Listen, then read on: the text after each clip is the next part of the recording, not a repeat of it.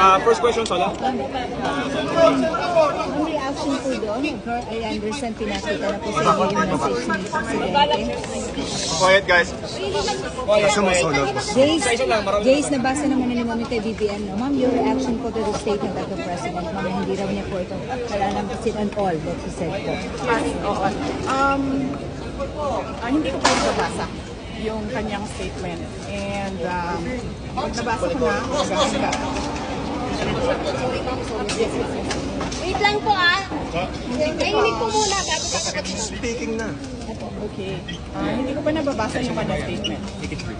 Pero pag nabasa ko na, maganda kami ng sagot.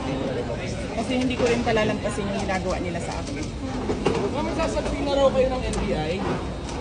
I would gladly answer yung gusto nilang mga tanong na ipasagot. Pero dapat sumagot din sila sa mga tanong ko sa kanila.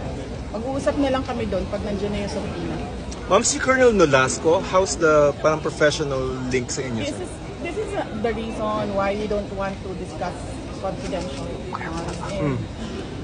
Yan, kaya may batas na bawal pag-usapan ng confidential funds.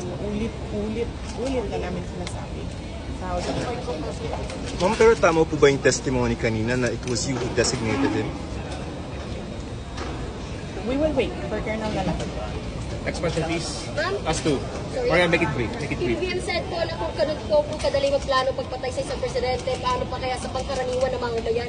Kung ganyan kriminal na pagtatangka, hindi dapat pinapapatampas. Yan ay aking papalagad, sabi ni PBBM. Oo. Diba? Pumalag na yung buong bayan nung pinatay ng pamilya nila si Benigno Aquino Jr. Next question. Next question. Ma'am, na-verbalize niyo na po ba sa administration yung tungkol sa threat sa inyong buhay? Nabanggit niyo po kasi.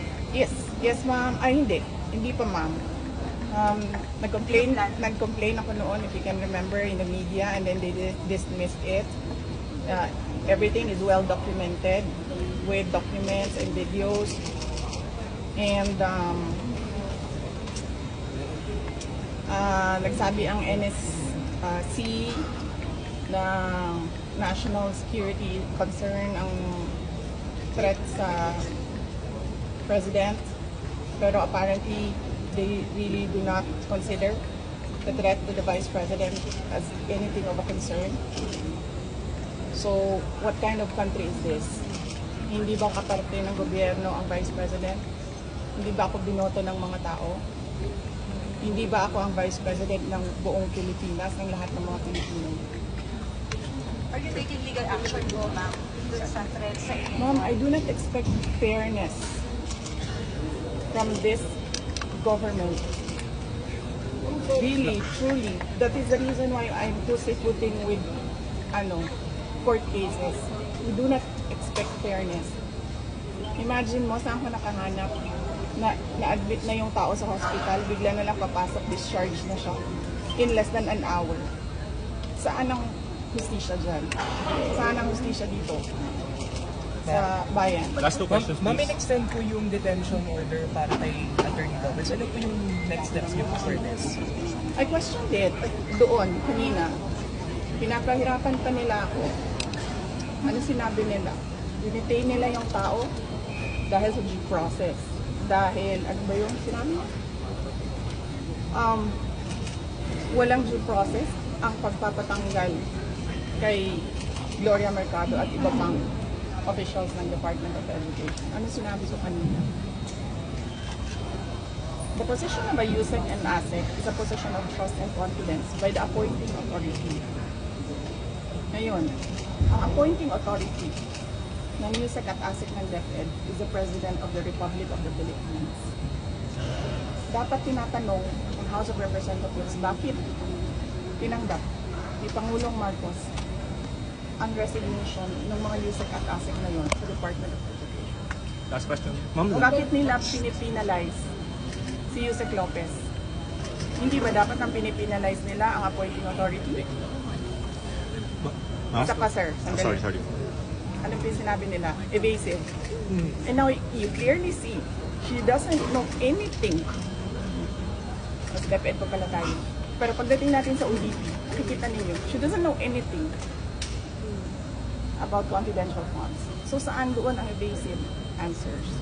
Ma'am, Last question. Nagsusulat, penalize nila si Yusek Lopez for writing a letter to the Commission on Audit on the position of the Office of the Vice President regarding the release of documents regarding confidential funds. Bakit mo i-penalize ang tao pumirma para sa isang opisina, posisyon ng opisina? Saan ang justisya dito? And anong sinabi nila kanina? Diba? Apparently, hindi nila alam ang batas. Ano sabi nila? Questionin mo na lang sa korte. Saan kami pupunta? Sa mga ginagawa sa amin. Mismong komite, alam na nilang mali yung ginagawa nila. Sasabihin lang sa amin, pumunta ka sa korte. Napakadali na sabihin nila, okay, we will set aside the detention order. Pero hindi. Mali na nga yung una mong detention. Mali pa yung sumunod mo na order. And then sasabihin mo sa tao na nakakulong, na hindi makalabas, lahat. Kahit ako, hindi ako makalabas basta-basta. Dalhin mo yan sa korte. Tama ba yun? Kayong mga taong bayan, tanongin ko kayo, tama ba na hindi alam ng ating House of Representatives kung ano ang mga batas? Ma'am, you finally decided to take your oath kanina. Why VP? For the sake of the personnel of the Office of the Vice President. Because I clearly, sinasabi ni Joel Chua doon, na we will not recognize you without an oath. And then, I'm continuing to question the constitutionality of their rules. Pero I cannot help the personnel of the Office of the Vice President if I have no personality to speak in that hearing. So I had to take that oath. Pero, Natatakpan na siya. hindi naman ako galit sa inyo. Nagpapasalamat ako sa inyo sa tulong ninyo kay Yusek Lopez at sa lahat ng OVP Ma'am, personnel. pasundot lang konti. Will you go up to the Supreme Court to question? Kasi may jurisprudence naman on contempt powers of Congress, no? Yun ang sinasabi ko, sir, no? Parang, we don't trust anyone anymore in this country. We don't expect justice anymore in this country. This is clear political harassment. This is clear political persecution. Pag-threat sa'yo, baliwala.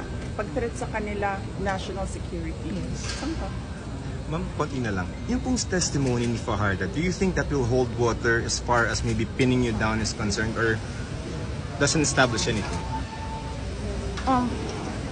If they file cases or an impeachment case, whatever case, we will answer that in the proper venue. Kung meron man silang hanap na mali doon. But apparently, nakikita nyo kanina na uubos na yung tanong nila. Hindi pa sila makapag-contempt kay Edward. Kasi nagsasabi ng totoo yung tao. When you said contempt, are you expecting again any contempt sa hearing na yun? Yes, we expect that. We expect contempt, detention. We expect, ang term ni Yusek Laika is terrorizing me. We expect them to terrorize the Office of the Vice President personnel.